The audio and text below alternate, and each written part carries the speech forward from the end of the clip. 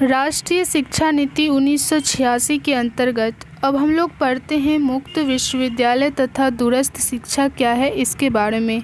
Open university and distance learning. तो इसके अंतर्गत जो बातें राष्ट्रीय शिक्षा नीति 1986 में कही गई है उसको पढ़ेंगे। उच्चतर शिक्षा के अवसरों को बढ़ाने के उद्देश्य से तथा शिक्षा को लोकतांत्रिक बनाने वाले माध्यम के रूप में ओपन विश्वविद्यालय पद्धति का आरंभ किया गया। इन उद्देश्यों की पूर्ति के लिए सन 1985 में स्थापित इंदिरा गांधी राष्ट्रीय मुक्त विश्वविद्यालय Indira Gandhi national open university को मजबूत बनाया जाएगा। दूरस्थ शिक्षा के माध्यम से बढ़ावा देने के लिए भारत में आज 16 विश्वविद्यालय शिक्षा के विकास में अपना योगदान कर रहे हैं।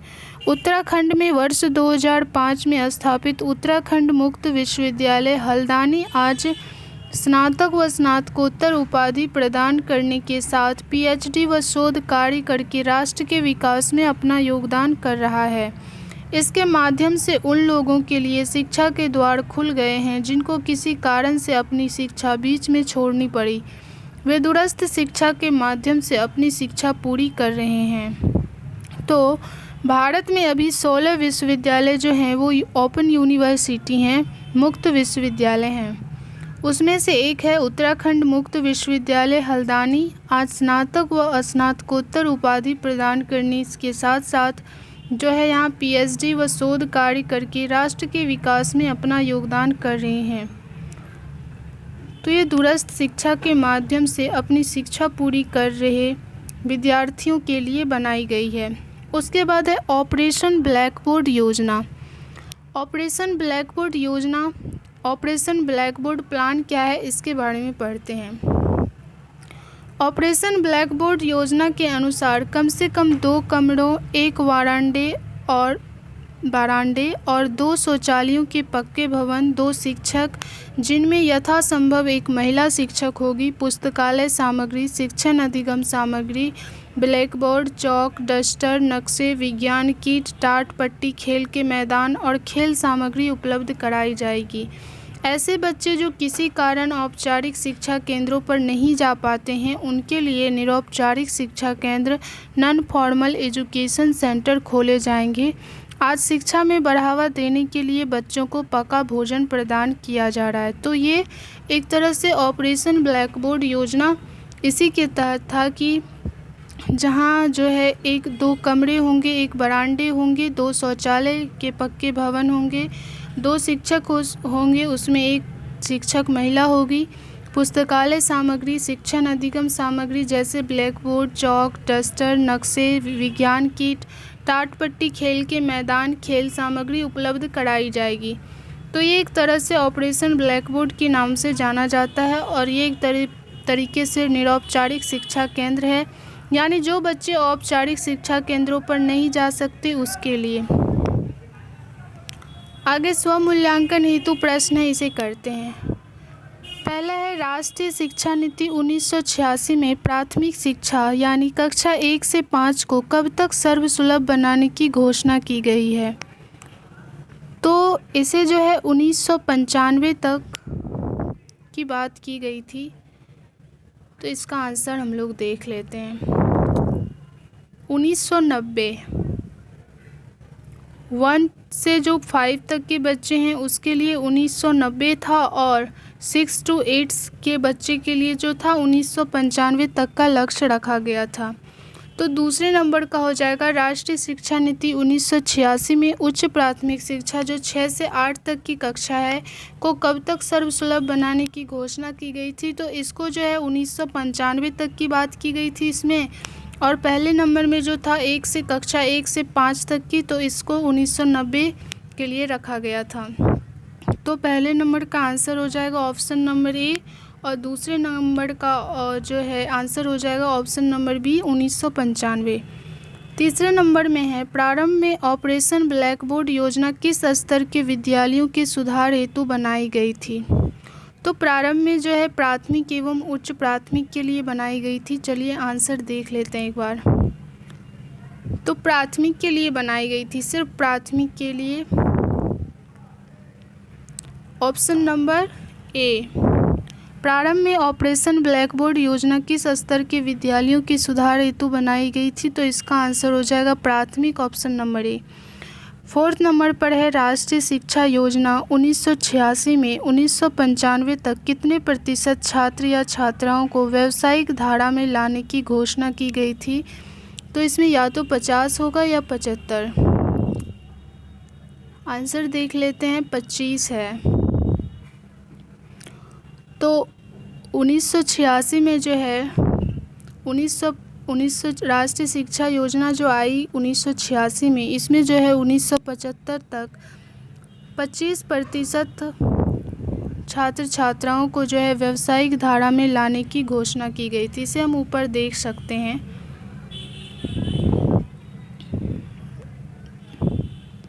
जैसे यहाँ पर है 10% को 1990 तक उपलब्ध करा दिए जाएंगे, ये सारी बातें कही गई है।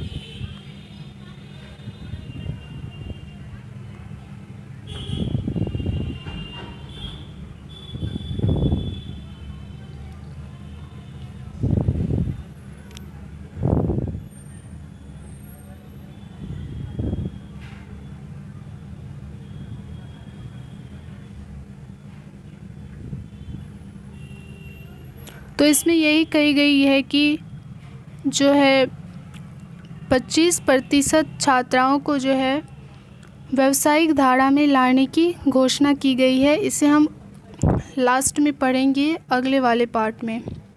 तो इसका आंसर हो जाएगा ऑप्शन नंबर बी, 25%। 5वां नंबर में कहा गया है संशोधित राष्ट्रीय शिक्षा नीति 1986 में प्राथमिक शिक्षा को कब तक सर्वसुलभ बनाने की घोषणा की गई है? तो इसे जो है अभी संशोधित राष्ट्रीय शिक्षा नीति हम लोग पढ़ेंगे पार्ट 15 में, यहाँ से संशोधित राष्ट्रीय शिक्षा नीति। तो इसका आंसर ही देख लेते हैं। 2000 ईस्वी में जो है इसे सर्वसुलभ बनाने की बातें की गई है। संशोधित राष्ट्रीय शिक्षा नीति 1986 में प्राथमिक शिक्षा को कब तक सर्वसुलभ बनाने की घोषणा की गई है? तो इसे 2000 तक, ऑप्शन नंबर बी, 2000 ईस्वी तक सर्वसुलभ बनाने की घोषणा की गई थी। 6 नंबर में है वर्ष 1986 से पहले किस वर्ष राष्ट्रीय शिक्षा नीति बनी? तो 1986 के पहले भी राष्ट्रीय शिक्षा बन चुकी थी और जिसे इंदिरा गांधी लागू की थी 1968 ईस्वी में। तो 1986 से पहले जो शिक्षा नीति थी वो राष्ट्रीय शिक्षा नीति 1968 के नाम से जाना जाता था, जो कोठारी आयोग के द्वारा लाया गया था 1964-66 के अंतर्गत। उसके बाद सारांश पढ़ लेते हैं। भारतवर्षों की गुलामी के बाद स्वतंत्र हुआ यहाँ पर अंग्रेज़ों ने एक छत्र शासन किया। भारतवर्षों की गुलामी के बाद स्वतंत्र हुआ यहाँ पर अंग्रेज़ों ने एक छत्र शासन किया। यद्यपि उन्होंने भारत में काफ़ी सुधार कार्य किए, शिक्षा को एक अनूठी दिशा प्रदान की। आज़ादी के बाद शिक्षा में सुधार हेतु अनेक आयोग बनाए गए, लेकिन शिक्षा सभी के लिए सुलभ न हो सकी, क्योंकि समाज का धनाढ्य वर्ग नहीं चाहता था कि सभी वर्गों को शिक्षा प्राप्त हो। उन्हें भय है कि यदि वे शिक्षित हो गए तो वे अपने अधिकारों की मांग करेंगे, हमारे द्वारा किए जाने वाले कार्यों में सुधार की मांग करेंगे।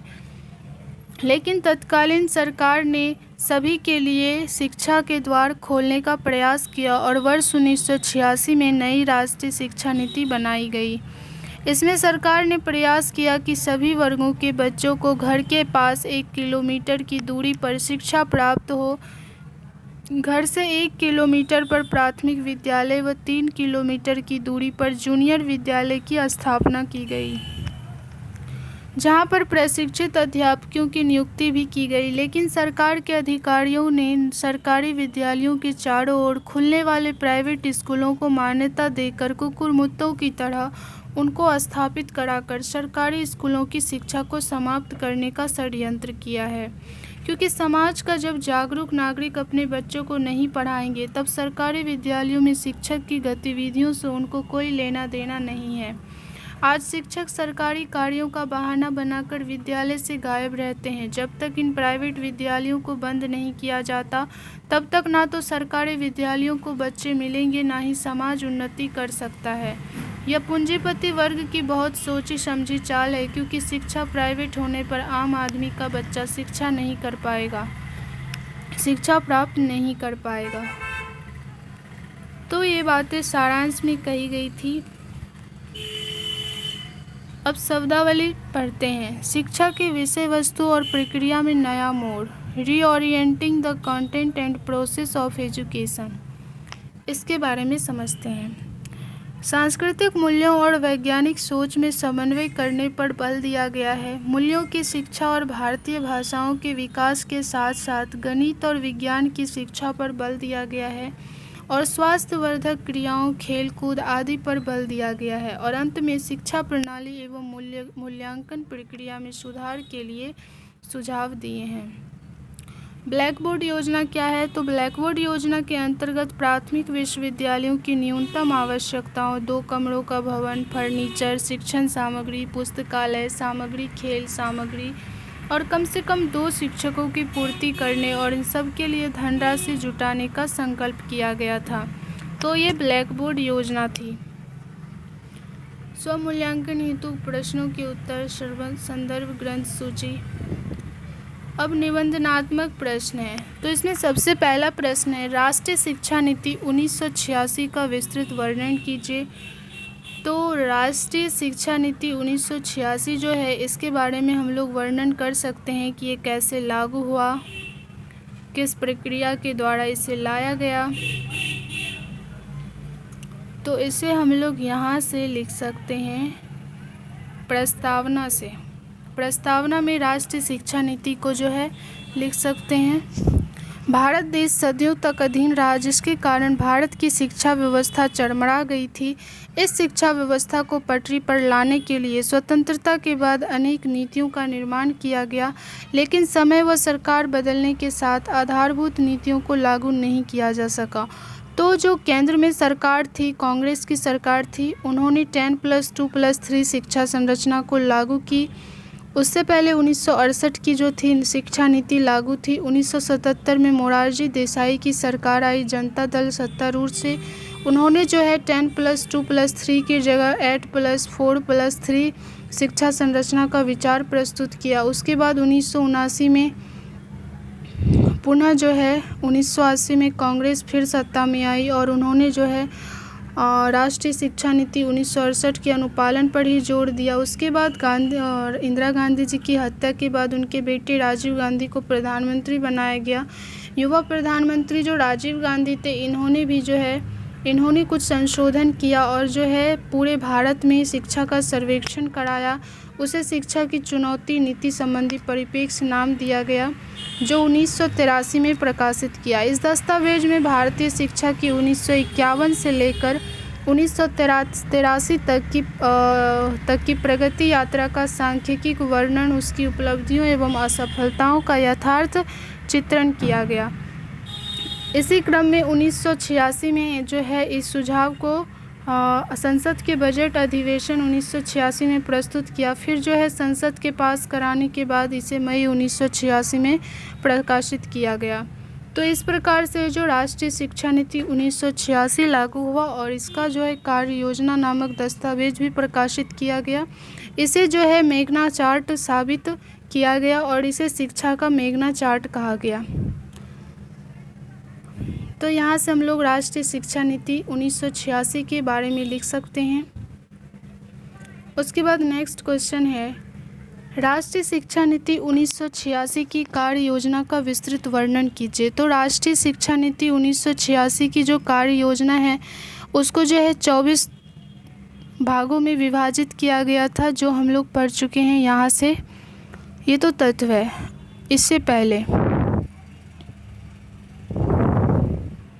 यहाँ पर कार्य योजना है। राष्ट्रीय शिक्षा नीति की घोषणा मई 1986 में की गई और नवंबर 1986 में है जो कार्य योजना प्लान ऑफ एक्शन POA नामक दस्तावेज प्रकाशित किया। यह कार्य योजना जो है 24 भागों में विभाजित है। तो इसे हम लोग संक्षेप में वर्णन कर सकते हैं। प्रथम भाग में था पूर्व बाल्यावस्था परिचर्या और शिक्षा। दूसरे भाग में प्रारंभिक शिक्षा और ब्लैक बोर्ड योजना के बारे में बताया गया। तीसरे भाग में माध्यमिक शिक्षा तथा नवोदय विद्यालय की स्थापना की बात कही गई। शिक्षा का व्यवसायीकरण, उसके बाद उच्च शिक्षा, छठे नंबर पर मुक्त विश्वविद्यालय एवं संस्थान, सातवें पर ग्रामीण विश्वविद्यालय एवं संस्थान, आठवें पर तकनीकी एवं प्रबंधन शिक्षा, नौवें में कहा गया प्रणाली को कार्यकारी बनाना, 10वें में उपाधियों की रोजगार से विलक्षणता एवं मानव शक्ति का नियोजन, 11वें नंबर पर था अनुसंधान तथा विकास, 12वें में कहा गया नारी समानता के लिए शिक्षा, 13वें में अनुसूचित जाति अनुसूचित जनजाति तथा पिछड़े वर्ग की शिक्षा की बातें कही गई। 14वें नंबर में कहा गया अल्पसंख्यकों की शिक्षा, यानी जो मुस्लिम वर्ग हैं, जिनकी अल्पसंख्यक समुदाय जो है हमारे देश में, उनके लिए शिक्षा। उसके बाद 15वें भाग में कहा गया विकलांगों की शिक्षा, जो दिव्यांग है, विशेष आवश्यकता की जिनको ज़रूरत है उसके लिए शिक्षा, उन बच्चों के लिए शिक्षा। उसके बाद जो 16वें भाग में प्रौढ़ शिक्षा एडल्ट एजुकेशन के बारे में बातें कही गई हैं और 17वें भाग में स्कूल शिक्षा की विषय वस्तु तथा प्रक्रिया के अंतर्गत बातें कही गई है और 18वें भाग में मूल्यांकन प्रक्रिया जो 10th तथा 12th के लिए है उसमें सुधार और नकल विरोधी कानून बनाने की बात कही गई है। 19वें भाग में युवा तथा खेल के बारे में, जिसमें शारीरिक शिक्षा को शामिल किया गया है। 20वें भाग में भाषा शिक्षा भाषा विकास लैंग्वेज डेवलपमेंट के बारे में बातें की गई है। 21वें भाग में सांस्कृतिक परिप्रेक्ष्य जो कल्चरल पर्सपेक्टिव है उसके बारे में। 22वें भाग में भाग संचार साधन तथा शैक्षिक तकनीकी।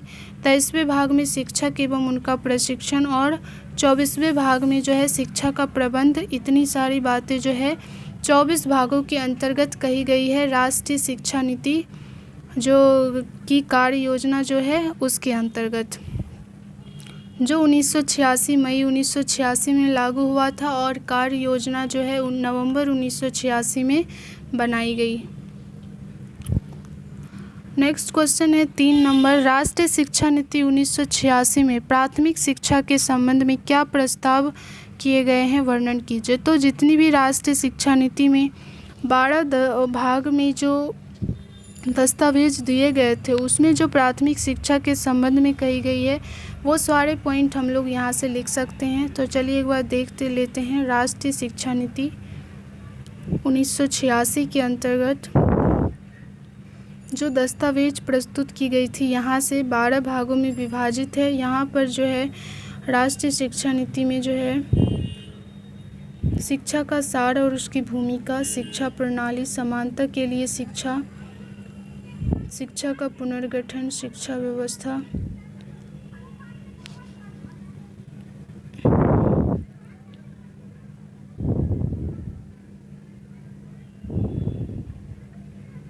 तो यहाँ पर प्राथमिक शिक्षा के बारे में जो बातें कही गई है, पूर्व प्राथमिक स्तर पर शिशुओं के पोषण, प्राथमिक स्तर पर बच्चों की रुचिपूर्ण क्रियाओं, माध्यमिक स्तर पर गति। तो बच्चों प्राथमिक स्तर पर जो है बच्चों की रुचिपूर्ण क्रियाओं के अंतर्गत बातें कही गई है और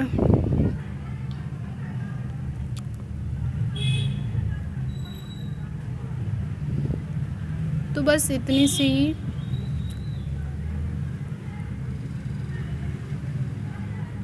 तो इसी को हम लोग विस्तार रूप में लिख सकते हैं कि क्या क्या क्रियाएं हो सकती है। फिर यहाँ पे कहा गया है पूर्व बाल्यावस्था परिचर्या एवं शिक्षा, जो शिशुओं के जन्म से लेकर 6 वर्ष की आयु तक जो है उसे स्वास्थ्य तथा देखभाल एवं पूर्व प्राथमिक शिक्षा के प्रसार हेतु एकीकृत बाल विकास सेवाएं जो है इंटीग्रेटेड चाइल्ड डेवलपमेंट सर्विस ये लागू की जाएगी। उसके बाद प्रारंभिक शिक्षा और ब्लैक बोर्ड योजना लाई गई।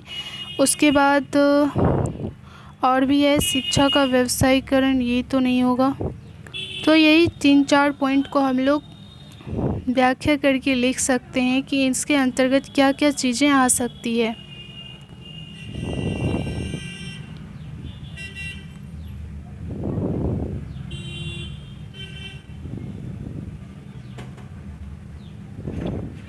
यहाँ पे भी है पूर्व प्राथमिक शिक्षा की व्यवस्था की जाएगी। बच्चों के लिए जो है अनिवार्य एवं निःशुल्क प्राथमिक शिक्षा के लक्ष्य को शीघ्रातीत प्राप्त किया जाएगा।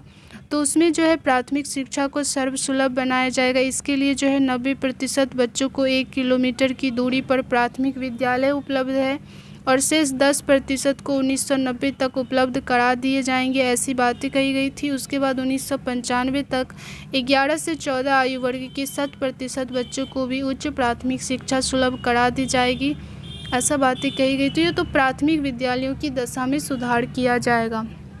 तो ये सारी बातें हम लोग लिख सकते हैं।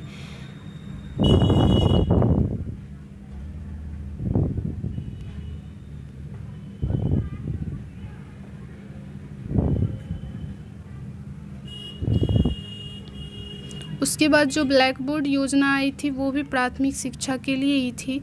तो 3 नंबर में था राष्ट्रीय शिक्षा नीति 1986 में प्राथमिक शिक्षा के संबंध में जो प्रस्ताव और बातें कही गई थी, जो सुझाव दिए गए थे दस्तावेज में, यहाँ से हम लोग वर्णन कर सकते हैं।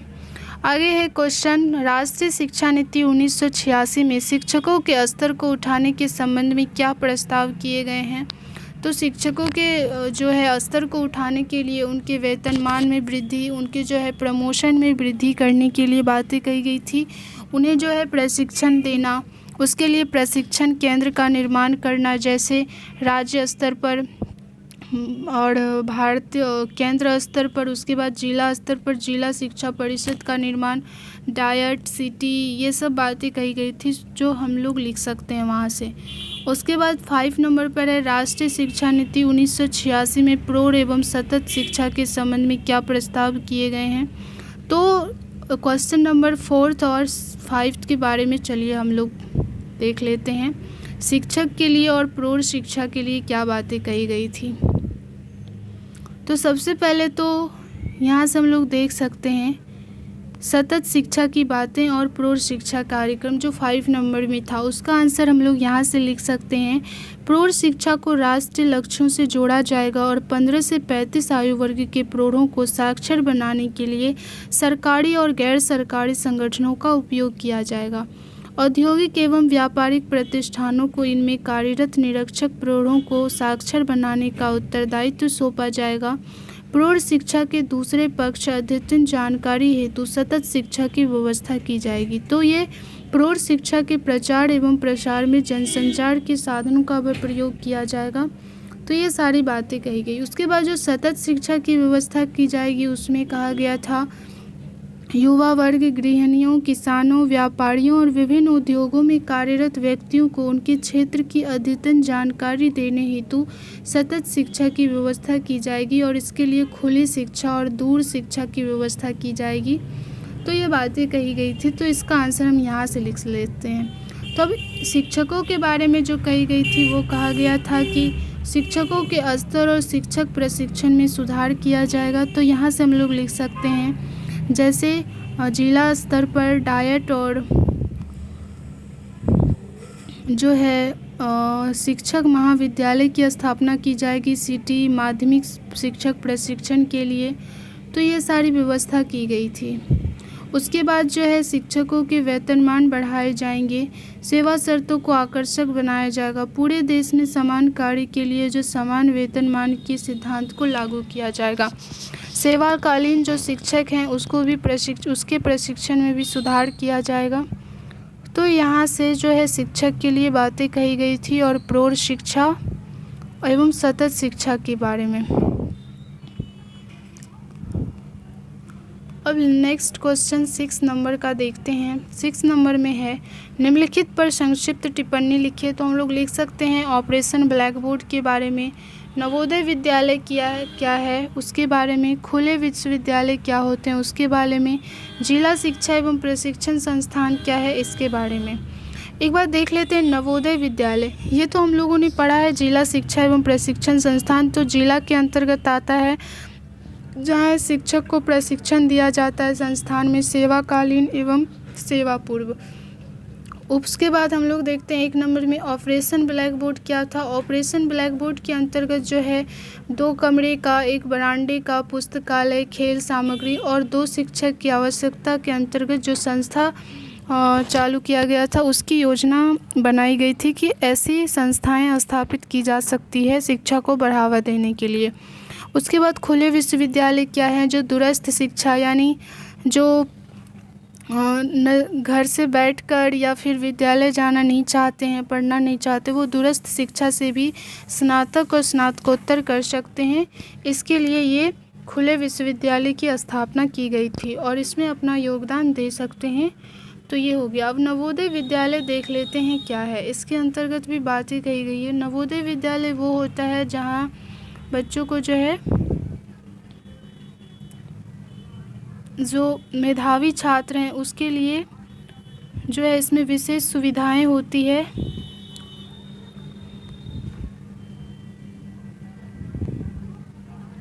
इसके नीचे ही था नवोदय विद्यालय, माध्यमिक एवं नवोदय विद्यालय के लिए।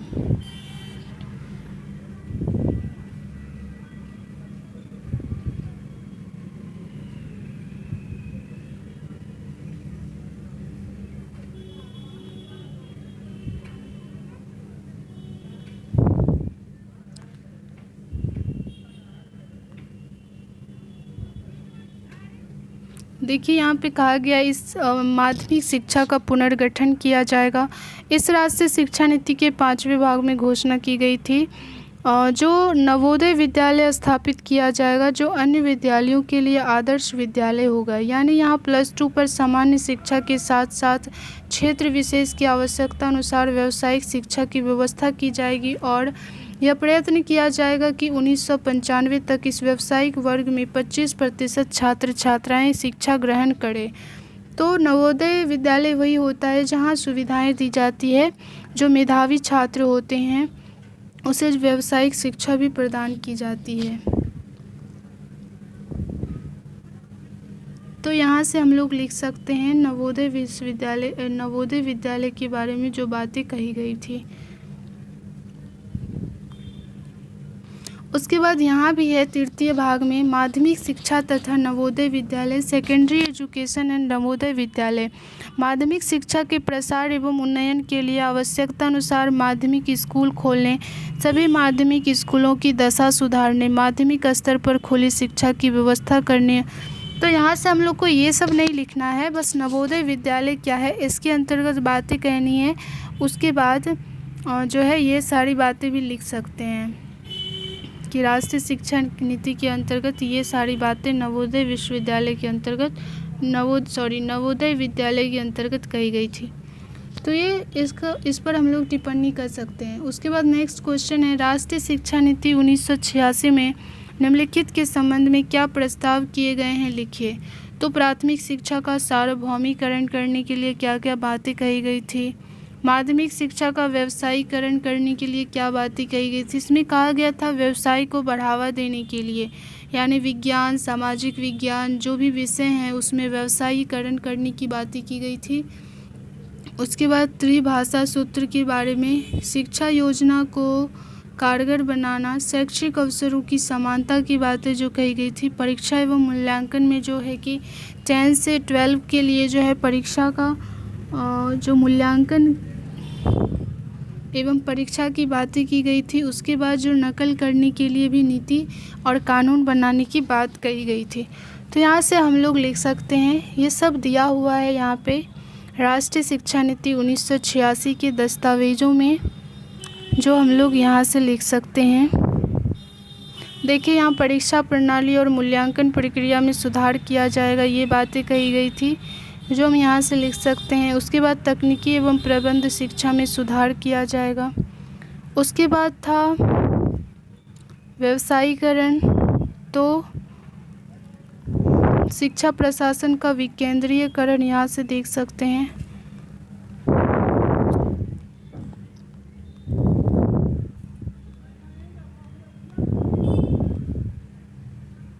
और अल्पसंख्यकों, अनुसूचित जाति और अनुसूचित जनजातियों के बच्चों की शिक्षा व्यवस्था की जाएगी, ये बातें कही गई थी।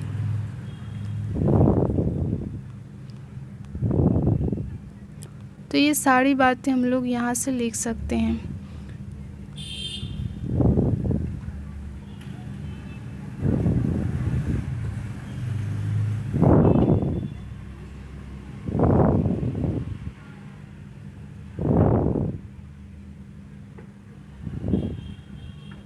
नारी शिक्षा के लिए समानता, तो यहाँ पे समानता की बात कही गई थी, जिसमें छात्रवृत्ति और महिला को वरीयता दिया गया था शिक्षा में। इसकी बातें, यानी महिला को जो है शिक्षा के अंतर्गत वरीयता दी जानी चाहिए, उनको भी शिक्षा प्रदान की जानी चाहिए, ये बातें कही गई है। तो एक तरह से समानता की बातें की गई है यहाँ पे।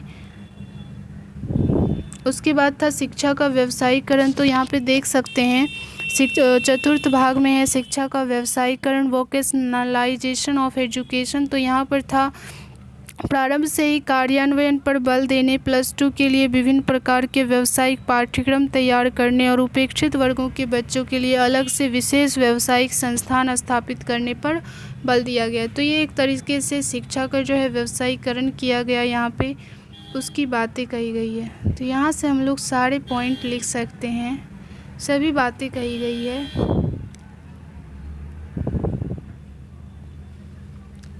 शैक्षिक अवसरों की समानता, शिक्षा योजना को कारगर बनाना, तो ये सारी बातें जो शिक्षा योजना को कारगर बनाने के लिए ही कही गई है। इसके बाद जो है हम लोग पढ़ेंगे संशोधित राष्ट्रीय शिक्षा नीति। जो राष्ट्रीय शिक्षा नीति 1986 में लागू हुई थी, उसमें संशोधन किया गया था 1992 में, तो इसका नाम पड़ गया संशोधित राष्ट्रीय शिक्षा नीति 1986। इसके बारे में हम लोग पढ़ेंगे नेक्स्ट पार्ट में। तो इस पार्ट में हम लोगों ने ये सारी चीज़ें पढ़ी, राष्ट्रीय शिक्षा नीति के अंतर्गत जो बातें विस्तार से दी गई थी, उसमें दस्तावेज़ों में जो सब चीज़ें लिखी गई थी उसके बारे में हम लोगों ने पढ़ा। नेक्स्ट पार्ट में पढ़ेंगे राष्ट्रीय शिक्षा नीति में जो संशोधन किया गया था 1992 में, उसके अंतर्गत क्या क्या बातें शामिल की गई थी उसके बारे में।